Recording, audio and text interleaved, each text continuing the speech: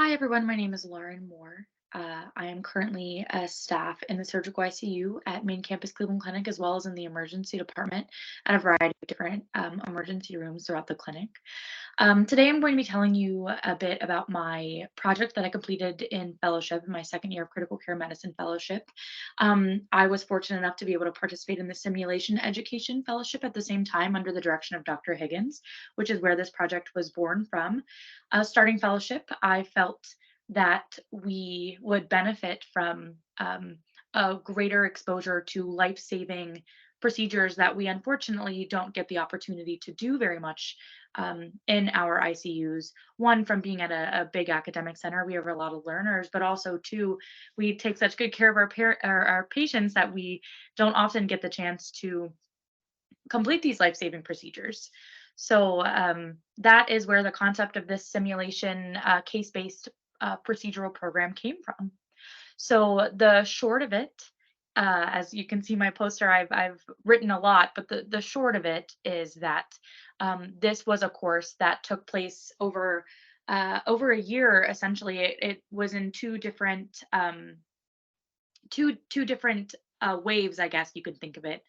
My final project, the main project, which I'm talking about here in the middle column of my poster, is the curriculum that I ran for our pulmonary and critical care medicine fellow orientation for the new class. Started in July of 2023. I had approximately 15 learners that over the course of a day, we completed two separate portions of this curriculum. The first we spent in the wet lab using cadavers to practice um, large and small bore chest tube placement as well as cricothyrotomy. We did that with the help of our wonderful thoracic team here from the clinic. Dr. Barriesco and several of his fellows and residents came down to help us learn those things. And we had a couple other content experts from our own MICU team. We had 15 learners split among three stations where we were all um, strictly practicing procedural skills. There were no cases assigned at that point of the day. Um, Essentially, it was a brief introduction and overview, followed by 2 hours of that procedural practice with about five learners to one cadaver and one to two experts that were assigned to each cadaver. Moving on from that was a little bit more of an involved portion of the curriculum. In the afternoon, we had those same 15 learners split again into three groups, and they rotated among three different um, simulation sessions, each featuring a different case based learning um, case using high fidelity simulation, including mannequins, as well as one to two experts per case and a simulation technician that we would not have been able to survive without, of course. So the three cases that we did were each took about an hour. They all occurred simultaneously. We spent about 10 minutes on the case, 15 minutes on a debrief or a review of important medical concepts, followed by 35 minutes of hands on procedural learning. And then, of course, at the very end, we had a final large group debrief. The three cases that we focused on, one was an unstable GI bleed leading to Minnesota tube placement. The second was refractory bradycardia leading to transvenous pacer placement. And the third was a peri-arrest cardiac tamponade leading to emergent bedside pericardiocentesis.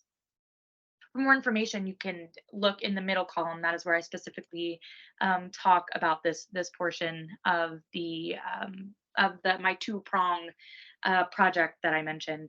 The second prong, if you look all the way to the right in the notes and outcomes column, I talk about the fact that we ran a pilot essentially for the critical care medicine fellows who, during their education days, their protected education time, we were able to split up the curriculum that I just described that I did for the July 2023 orientation, and we spread that over 3 days, including two more cases, which I describe in that blue box there in the notes and outcomes.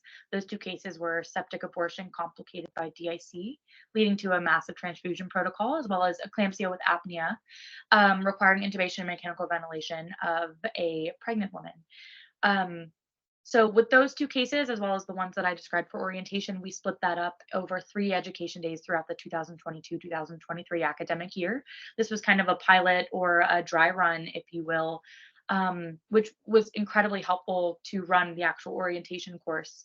Not only did the critical care medicine fellows of the 2022-2023 year get to learn and practice a lot, but we were able to take um, tips and tricks and notes and feedback from those sessions and apply them to the 2023 orientation. And you know, for the times that we run this course in the future.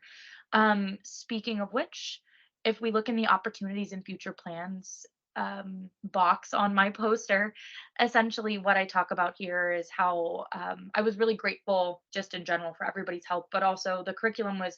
I was grateful that it was met so positively by learners and experts alike. A lot of people wanted to be involved. People were asking to be involved in the future. And I've received a lot of positive feedback when I've talked about this curriculum in other avenues in terms of a lot of other ICUs want to be a part of it. The surgical ICU team has asked me to help run this curriculum for their new fellows coming up.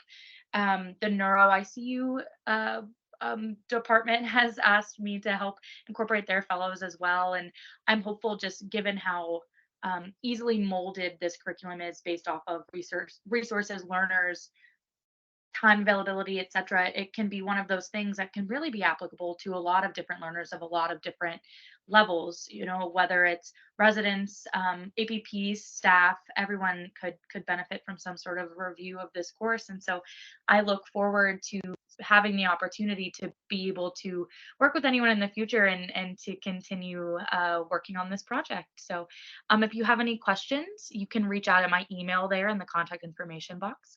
My number is there as well. That is my Cleveland Clinic number. So I look forward to talking to anybody who has any ideas or questions. Thanks so much. Bye.